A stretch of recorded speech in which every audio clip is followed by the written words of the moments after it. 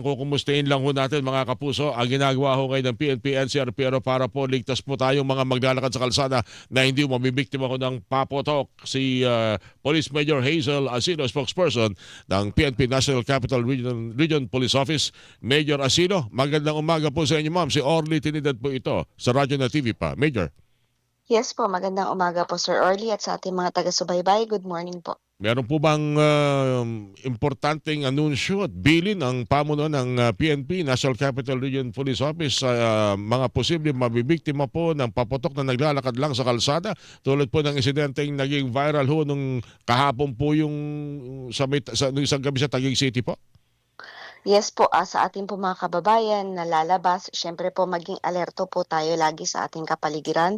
Lalo po ngayon na may mga areas po tayo na hindi pa po natin, may mga nagpapaputok po doon sa mga lugar na pinupuntahan natin. So maging alerto po tayo at laging mapagmasid, mapanuri po tayo sa ating kapaligiran, lalo na po sa ating mga pinupuntahan kasi hindi po natin alam baka po meron mga biglang kagaya po nung nag-viral nga po na yung motorsiklo ay tinamaan itong Pumutok malapit sa, isang paputok sa po. rider. Yes po, Okay.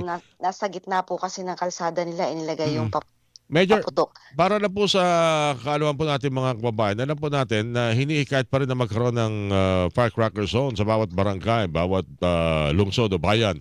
Meron ding gagawin pag-ikot definitely ang PNP para tiyakin na yung mga pagpapaputok dapat na swetuhin. O kung pwedeng dalhin mo na sa presinto at doon muna manatili, baka pwedeng para di magpuputok na hanggang bagong taon. May mga ganun ba pinag-uusapan sa pambansang pulisya?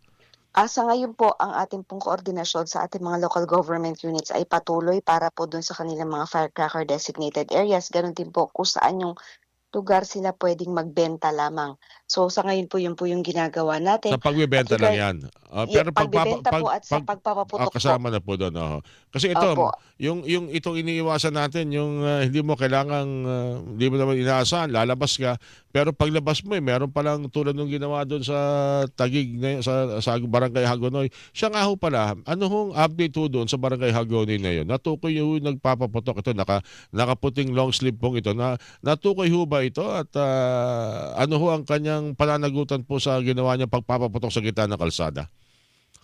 Sa ngayon po ating kino-coordinate pa rin po 'yun sa Taguig dito sa Barangay Hagonoy dahil wala pa po kaming report, wala pa pong lumalapit sa amin regarding po diyan. Pero 'yun po ang ating, patuloy na kino-coordinate dito sa barangay na ito dahil alam naman po natin na yung nag-viral na 'yun ay dapat ay merong managot dahil meron pong mga nasaktan at siyempre kitang-kita naman po natin na illegal po yung ginawa nila at may nasaktan nga po diyan.